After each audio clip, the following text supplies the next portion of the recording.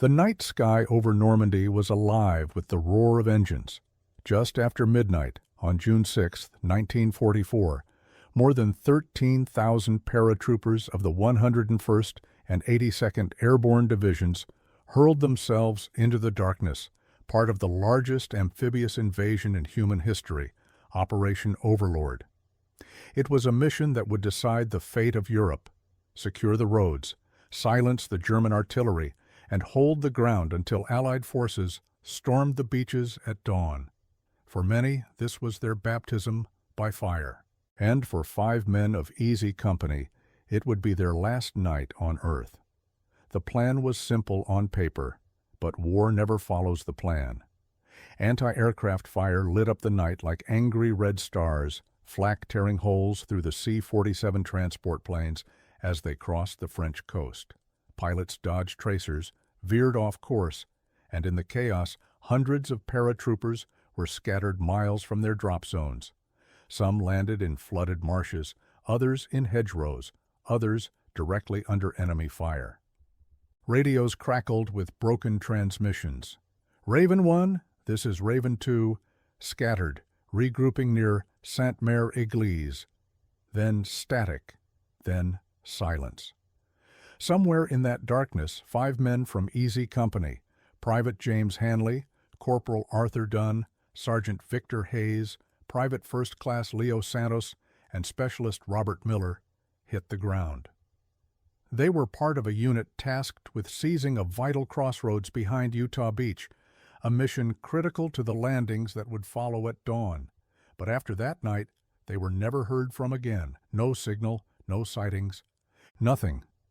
Their names were marked MIA, Missing in Action. And for decades, no one could say with certainty what had happened.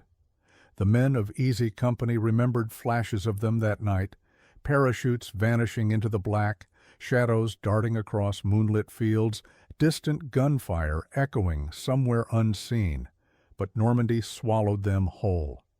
5 soldiers who had leapt into history vanished into the smoke and chaos of D-Day, leaving behind only a handful of garbled radio transmissions and a mystery that would endure for more than 60 years. Their mission was as dangerous as it was vital: seize control of the bridges and crossroads behind enemy lines, cut off German reinforcements, and hold until the seaborne invasion arrived. Every minute counted, every mistake could doom the entire operation. The 5 missing men, Hanley, Dunn, Hayes, Santos, and Miller, had been chosen for their grit, their skill, and their trust in one another. James Hanley, the youngest, was just 19, a farm boy from Iowa who'd never been more than 50 miles from home before the war. Arthur Dunn, a wiry Boston kid, had a reputation for fixing anything mechanical, including the radios that so often failed mid-mission. Victor Hayes, the squad leader, was older, a veteran of Sicily and Salerno, whose calm under fire held the unit together. Leo Santos was the joker of the group, a New Mexico sharpshooter whose humor masked nerves of steel. And Robert Miller, quiet and steady, had left behind a wife and newborn daughter he'd never met.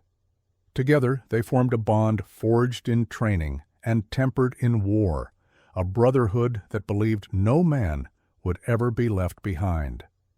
The last confirmed sighting placed them near a hedgerow east of Sainte-Marie-du-Mont at 2:47 hours. A paratrooper from another unit swore he saw them cutting through a field, moving silently toward their objective. Another claimed to have heard Sergeant Hayes over the radio reporting, "Road ahead clear," advancing to checkpoint. After that, the trail vanished. No gunfire was reported, no distress calls were made. By dawn, when scattered units regrouped, the 5 were gone. Some believed they'd been captured. Others thought they'd gotten lost and fallen back. But the strangest part was that none of their equipment, not a helmet, not a weapon, not a single dog tag, was ever found. It was as if they had simply stepped off the face of the earth. For their families back home, hope lingered long after the war ended. Maybe they were alive in a German POW camp, Maybe they had gone to ground and were waiting to be found. But Normandy had a way of keeping its secrets, and the story of the 5 vanished paratroopers was just beginning. By dawn on June 6th, the beaches of Normandy were soaked in blood and smoke. Allied forces had clawed their way inland, and the scattered fragments of the airborne divisions were slowly regrouping behind enemy lines. One by one, battered squads radioed their positions, patched their wounded, and counted their dead. But as roll call echoed across the hedgerows, one name after another from Easy Company went unanswered. Hanley, Dunn Hayes, Santos, Miller. No one had seen them since the jump. At first, commanders assumed they'd been delayed, perhaps pinned down behind enemy lines or regrouping elsewhere. But as hours turned into days, hope began to evaporate. Patrols were dispatched to scour the countryside. They combed hedgerows, barns, ditches, even shallow graves. There was no trace of the 5 paratroopers, not a rifle, not a helmet, not a scrap of cloth or dog tag. German units captured during the first week of the invasion were interrogated about missing American soldiers. None reported taking prisoners that matched their descriptions. In some cases, German officers swore they'd never even encountered a 5-man unit in the area. On June 15th, 9 days after D-Day, a field report from Regimental Command summed up the mystery in 4 chilling words: missing, presumed dead. For the Army, it was a formality. For the families, it was a wound that would never heal. Telegrams began arriving across the United States. A mother in Iowa collapsed when she read the words "missing in action." A young wife in Virginia clutched her newborn daughter, tears staining the message that said her husband's whereabouts were unknown. In Boston, a father read the letter aloud twice before folding it neatly and placing it in a drawer, as if hiding it could make it untrue. Weeks passed, then months. The war pressed on, swallowing new lives and new stories, but the fate of those 5 paratroopers remained a question mark in the official record, an absence that refused to be filled. Normandy was liberated, Paris was freed. The Reich began to crumble, and still, their names stayed on the MIA list, 5 ghosts of D-Day who had vanished without a trace. When the guns finally fell silent in 1945, Europe was a graveyard of secrets. The Allies compiled lists, cross-referenced casualty reports, and exhumed countless bodies from nameless fields. Most missing soldiers were eventually accounted for. Their remains returned home or interred under white crosses in quiet cemeteries. But not Hanley, Dunn, Hayes, Santos, or Miller. Their files sat in military archives under the same haunting status, unresolved. Investigators pored over captured German records, searching for prisoner manifests or field reports that might explain their disappearance. Nothing. Wehrmacht documents detailed engagements across Normandy, but none mentioned a 5-man airborne squad captured or executed behind the lines. U.S. intelligence agents interviewed former SS officers and interrogated POWs, hoping for even a passing mention. Again, silence. In 1947, a new lead emerged when 2 elderly farmers from a village outside Sainte-Marie-du-Mont claimed they'd seen American soldiers led away by German troops in the early hours after the invasion. They described 5 men, hands bound, walking toward a farmhouse used as a command post, but the details unraveled under scrutiny. Their timeline didn't match the paratroopers' last known position. Their description of the uniforms was vague, and by then, hundreds of Allied soldiers had been captured in the region. Other rumors surfaced.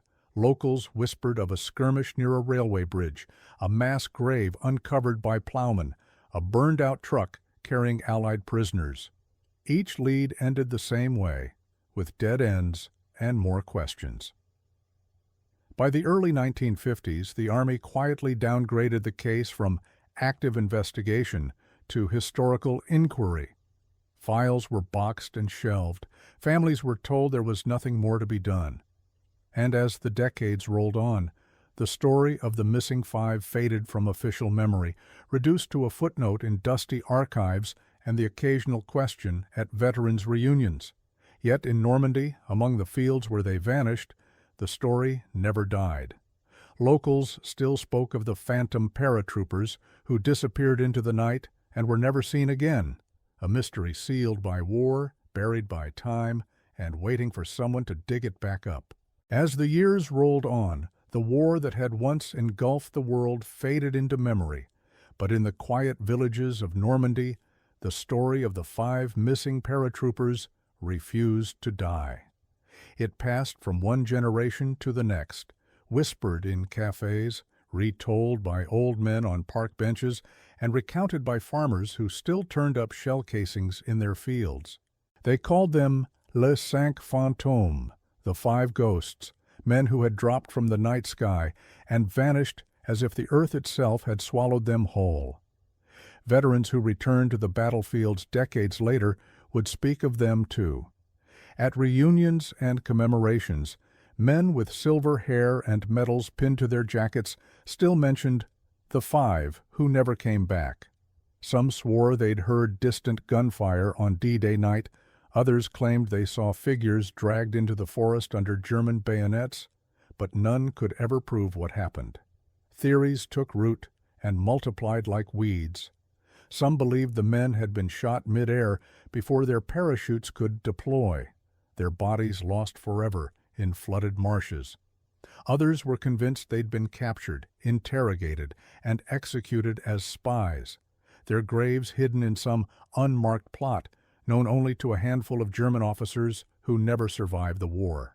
And then there were the darker rumors, whispered in military circles but never spoken aloud, that perhaps they had deserted, overwhelmed by fear, and disappeared into the French countryside under false names. For the families back home, the unknown was torture. Year after year, letters arrived from the Army asking whether they wished to change their son's status from missing to killed in action. Most refused. To them, a missing soldier was still a living one, and as long as no body was found, there was hope. In living rooms from Iowa to New Mexico, photos of five young men in airborne uniforms remained framed on mantels, their smiles frozen in time. They were not gone, just waiting to come home. And so the legend endured, not just as a mystery of war, but as a wound that time refused to heal. Nearly 6 decades after D-Day, Normandy had grown quiet. The hedgerows once scarred by bullets now bordered peaceful farms, and the fields that once shook with artillery were rich with wheat and sunflowers. But in the spring of 2003, the past clawed its way back to the surface.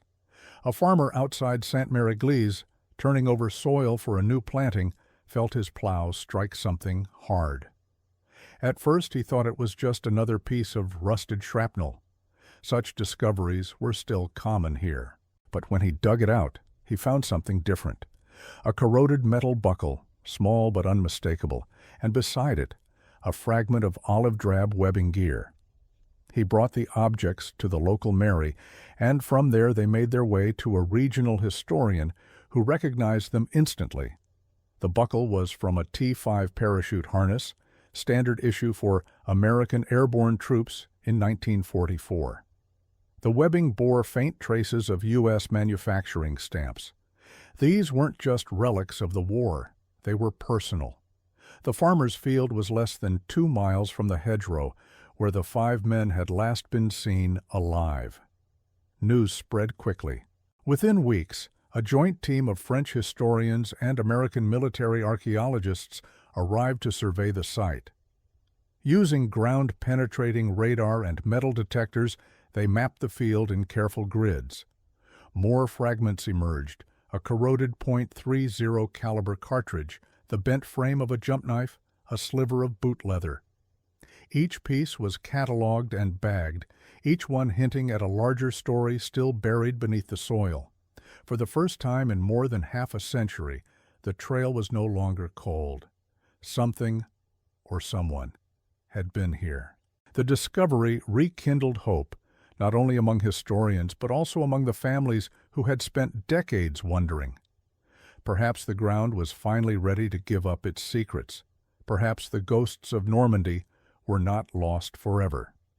What began as a routine day's work in a quiet field had suddenly become the spark for a new investigation, one that promised, at long last, to reveal the fate of the 5 men who had vanished into the dark so many years before. The discovery of that parachute buckle was enough to reignite interest in one of the longest-standing mysteries of D-Day. By the summer of 2004, a joint U.S.-French archaeological team had formed under the codename Operation Resolution. Their mission was simple in theory but monumental in scope: search every inch of farmland, every hedgerow, and every patch of woodland near where the 5 paratroopers were last seen. The work began slowly. Teams marked out search grids across the fields, each section meticulously mapped and documented. Ground-penetrating radar scanned beneath the soil, revealing anomalies that might once have been trenches or craters. Drone-mounted LiDAR swept over the terrain from above, tracing faint outlines of wartime structures long since reclaimed by nature. Archaeologists, metal detectorists, and historians moved methodically across the land, their headphones alive with the static hum of possibility. Within weeks, the Earth began to give up more of its secrets. A battered M1 helmet liner was unearthed, its surface pitted by rust, but still bearing the faded stencil of the 101st Airborne. A crushed canteen lay half buried in clay, its cap still threaded in place. Then came the most haunting find of all: a single dog tag, caked with decades of soil, but legible enough to read the name PFC Leo Santos. It was the first concrete evidence that at least one of the missing men had made it this far. As word spread, the dig transformed from an archaeological project into something deeper, a mission of closure. Families who had lived half their lives with unanswered questions traveled across the Atlantic to watch the search unfold.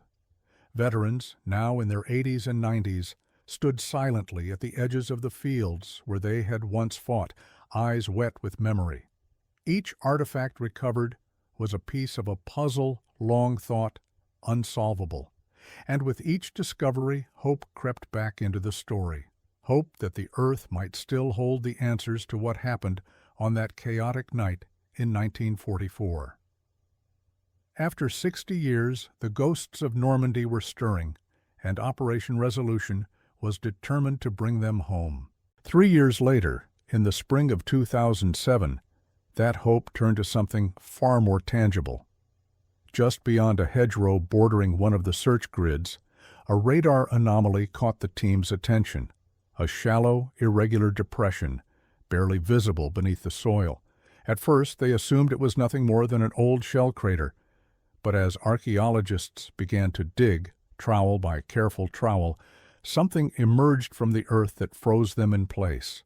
Bone, then webbing, then metal buckles still clinging to what remained of a parachute harness. The pit was no more than 2 feet deep, hastily covered decades earlier. Inside lay skeletal remains, not 1, but 5. They were clustered close together, limbs tangled as though they had fallen where they fought. Nearby, the soil was littered with .30 caliber shell casings and twisted shards of German 7.92 millimeter Mauser rounds, grim evidence of a firefight. It was clear that the men hadn't surrendered. They had made a stand. As forensic teams worked under a canopy to shield the site, the story of those final moments began to take shape. The distribution of shell casings suggested a defensive perimeter, a desperate last stand against overwhelming odds. 2 of the skeletons still bore fragments of jump boots. Another clutched the corroded receiver of an M1 carbine, its stock shattered. Despite 6 decades in the ground, dog tags and fragments of gear confirmed what many had suspected. These were the missing men of Easy Company. But their discovery only deepened the mystery. The site was nearly 4 miles from their intended drop zone, deep behind enemy lines and in the opposite direction of their objective. How had they ended up here? Had they become lost in the chaos of the jump, or had they been ambushed and driven into this last stand? Forensic analysis could answer how they died, likely from gunfire, but not why. And yet, for the first time since that dark night in 1944, the world knew where they had fallen. After 6 decades, the 5 who never came back had finally been found, together, just as they had fought. With the remains now recovered and evidence meticulously cataloged, investigators turned their attention to the most haunting question of all. What had really happened to the 5 men of Easy Company during those final hours? Forensic archaeologists, ballistic experts, and military historians worked side by side to reconstruct the events of that night, piece by piece. The first clue was in the soil itself. Spent cartridge casings were scattered in a semicircular pattern facing east, a classic defensive formation. The density of shell fragments suggested the paratroopers had expended nearly every round they carried. Several casings were found close together, indicating controlled, deliberate fire rather than a chaotic firefight. They had not panicked. They had fought with precision and discipline. The position of German 7.92 mm Mauser casings painted the rest of the picture. Dozens of them surrounded the shallow pit, forming an arc on 3 sides. This was no random encounter. The 5 men had been surrounded. Shell trajectory analysis confirmed that incoming fire came from multiple directions, closing in on their position like a tightening noose. What's more, none of the American weapons showed signs of being reloaded beyond their original loadout. They hadn't had time to resupply. Once their magazines were empty, the fight was over. Several of the skeletons bore telltale signs of close-range gunshot wounds. Not the wild, chaotic sprays of a firefight, but the deliberate execution-style shots of soldiers who had surrendered or been captured. One had a fractured skull consistent with a rifle butt strike, another a bullet wound to the back of the head. Together, these findings told a grim story. The men had landed far off course, likely within hours of the drop. Cut off from reinforcements and outnumbered, they had been ambushed and pinned down. They fought fiercely until their ammunition was gone. Then, according to the evidence, they were taken alive and executed. It was not the noble battlefield death the Army had once assumed. It was darker, more brutal, and far more human. They had done everything right, held their ground, covered each other, refused to surrender without a fight, and for that they were slaughtered. Their final stand, once a mystery lost to time, was now etched in the soil where they fell. The final pieces of the puzzle came not from the ground, but from the archives. In 2008, a historian researching captured German military documents in a Berlin archive stumbled across a set of field reports from the 709th Infantry Division, the very unit stationed near Sainte-Mère-Église, in June 1944. Buried among the routine entries, ammunition counts, supply movements, casualty reports, was a single chilling line dated June 6th. 5 American parachutists captured near Bocage sector. Classified as saboteurs, disposed of. That phrase, disposed of, was military shorthand, one that historians knew all too well. It was often used by German units during the war to refer to the summary execution of prisoners without trial. Additional records from the same unit described a brief engagement with enemy paratroopers attempting to sabotage supply routes near the hedgerows east of the town, exactly where the shallow grave was found. The reports were short, almost dismissive, but they corroborated the forensic evidence perfectly. A small airborne squad had been intercepted and neutralized in the early hours of D-Day. For decades, the incident had remained buried, quite literally, in both soil and bureaucracy. It was too small to warrant mention in broader histories of the war, overshadowed by the monumental events unfolding on the beaches just miles away. But for those 5 men and their families, this forgotten skirmish was everything. Military historians now believe the 709th, operating under orders to treat all paratroopers as saboteurs, executed the captured men to prevent intelligence leaks or retaliatory attacks. It was a war crime under the Geneva Conventions, but like so many atrocities committed in the chaos of 1944, it went unpunished and unacknowledged. The revelation brought both closure and outrage. After more than 6 decades, the truth was finally known. The 5 who vanished had not disappeared into thin air. They had been captured, stripped of their weapons, and murdered in cold blood. And yet, in the silence of that Normandy field, they had left behind something stronger than fear. Proof of their courage, their brotherhood, and their refusal to give in, even when the odds were impossible. Their story, once just a footnote in history, had finally been written in full. The discovery of the shallow grave and the identification of the 5 paratroopers was more than a breakthrough in a historical mystery. It was the beginning of their journey home. After decades of silence, forensic anthropologists and military scientists began the painstaking process of DNA analysis. Samples taken from the skeletal remains were compared with genetic material provided by surviving relatives, sons and daughters who had grown up without fathers, grandchildren who had only known their names from faded photographs and folded flags. One by one, the matches came in: James Hanley, Arthur Dunn, Victor Hayes, Leo Santos, Robert Miller. The names that had once been etched on a missing in action roster were now attached to real men, their identities finally confirmed after more than 60 years. The Army contacted the families, many of whom had long since stopped hoping for answers. The calls came unexpectedly, some in quiet living rooms, some at kitchen tables cluttered with old letters and medals. For some, the news brought tears of joy.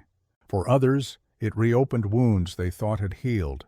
But for all, it brought closure. The men who had vanished into the darkness of D-Day were coming home.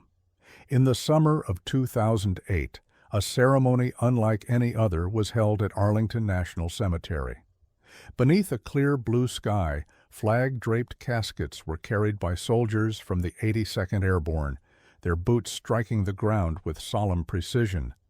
Veterans who had once fought alongside the 5 stood shoulder to shoulder with their families, saluting as taps played softly over the white rows of headstones. The 5 paratroopers were laid to rest side by side, brothers in death, just as they had been in life. The service was both heartbreaking and triumphant, a final chapter written after decades of uncertainty. As the final salute echoed through the cemetery, the weight of 6 decades lifted. They had been lost to history, but not forgotten. They had vanished in the chaos of the war's most pivotal night, but at last they were home. The story of the 5 who never came back is more than a tale of war. It is a lesson in sacrifice, brotherhood, and the relentless human need for closure. Their disappearance was a tragedy, but their rediscovery decades later became a testament to perseverance, of historians who refused to stop searching, of families who never gave up hope, and of a nation that still honors those who gave everything. Historians today speak of their story not as a footnote, but as a powerful reminder of the unseen costs of war. These men weren't generals or famous heroes, one military historian remarked. They were ordinary soldiers who did an extraordinary thing. They gave their lives in the hope that the world could be free. Surviving veterans, now in their 90s, speak of them with reverence. "We always wondered what happened to them," one said, his voice trembling. "Now we know they fought to the end. They didn't give up." That's the kind of men they were. Their story has been added to military curricula, cited in lectures, and remembered at D-Day commemorations. It is a stark illustration of how the echoes of war continue to shape the present, how even 6 decades later, the Earth can still yield stories that demand to be told. And perhaps most importantly, It is a reminder that sacrifice does not fade with time.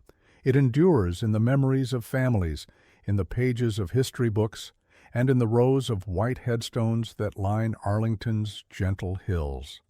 As the sun sets on those graves, casting long shadows across the names etched in stone, the final words of their story linger. They vanished into the night, but they were never forgotten. And more than 60 years later, the silence of that Normandy field finally told their story. A story not just of how they died, but of why they fought, and of the freedom their sacrifice helped to secure for generations yet to come. This video was intense, but this video on the right-hand side is even more insane.